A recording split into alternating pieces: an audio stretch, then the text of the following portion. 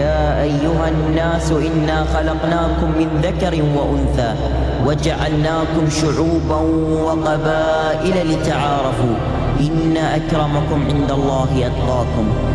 xafladii furitaanka ee kubadda cagta ee koobka adduunka waxaa ka soo muuqday wiil dhalinyaro ah oo naaf ah. xafladda furitaanka ee koobka adduunka 2022 ayaa ahayd mid qurux badan oo soo jiidasho leh. waxaa ka soo muuqday Qaarim Al-Muftaax, sidoo kale waxaa si la yaab leh uu soo muuqday jilaaga caanka ee Morgan. dalka Qatar waxa uu taariikh cusub la miloobaan u dhigay wadamada reer galbeedka. dalka Qatar ma ahan meel ay ka jirto dhaqan xumo iyo musuqmaasuq. ugu dambeyntii dalka Qatar ayaa martigeliyay koobka adduunka. dabcan waxaa laga yaabaa inaad isweydiinayso su'aashan, waa kuma Qaarim Al-Muftaax? waxaan ugu jawaabi doonaa muuqaalkeena maanta. ugu horreyntan muuqaalka gudaha u galin waxaa ka codsanaya haddii aad tahay markii ugu horreysay aan soo booqato inaan ugu soo biirto. waxaan kaloo ku xusuusinayaa inay muhiim inoo tahay inaad muuqaalkan la garayso. ku soo dhawaada muuqaalkeena maanta.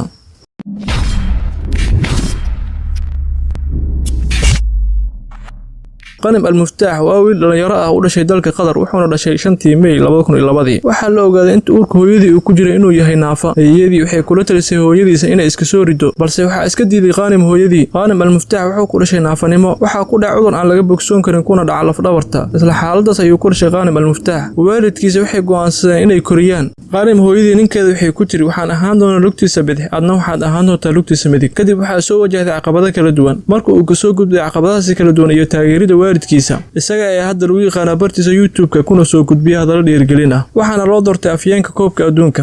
intaa kaliya maaha ninka dhalinyarada waa nin ganacsada ah. waxa uu leeyahay warshad soo saarta kuraasta waljarka ee ku socda dadka naafada ah. waxa uu kala daabacay oo soo saaray buugaag dhiirigelin ah, kuwaasi oo badan ka faa'iiday. Qaarim Al-Muftaax oo ka mid ah tirooyinka dhalinyarada dhiirigelinta carabta ayaa sidoo kale loo doortay afyeenka koobka adduunka ee Qatar FIFA World Cup. laakiin isagu ma aha mid caadi ah oo dhammaystiran sida dadka oo kale.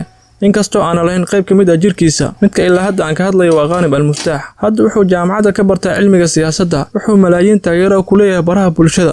ugu dambeyntii waxa uu soo jiitay Qaarim Al-Muftaax dareenka malaayiin qof oo ku kala nool dunida. xafladii furitaanka ee koobka adduunka, Qaarim Al-Muftaax wuxuu muujiyay curyaannimo jireed. caqabad kuma noqon karto habnololeedka haddii ay jirto ruux aan ka adkaan karin noloshiisa. isagoo ka jawaabay su'aal ka timid jilaaga caanka ee Morgan, Qaarim Al-Muftaax waxa uu soo jeediyay aayad Qur'aan oo macnaheedu yahay dadow waxaa idinka abuuray lab iyo dhadig, isir iyo qabiil si aad isku garataan. Qaarim Al-Muftaax ayaa ka yaabiyay adduunka oo dhan, wuxuuna ka sheekeynayay sheekadiisa rajada go'aan qaadashada iyo rumaynta riyadiisa inuu noqdo nin mustaqbal leh oo ka adag naftiisa.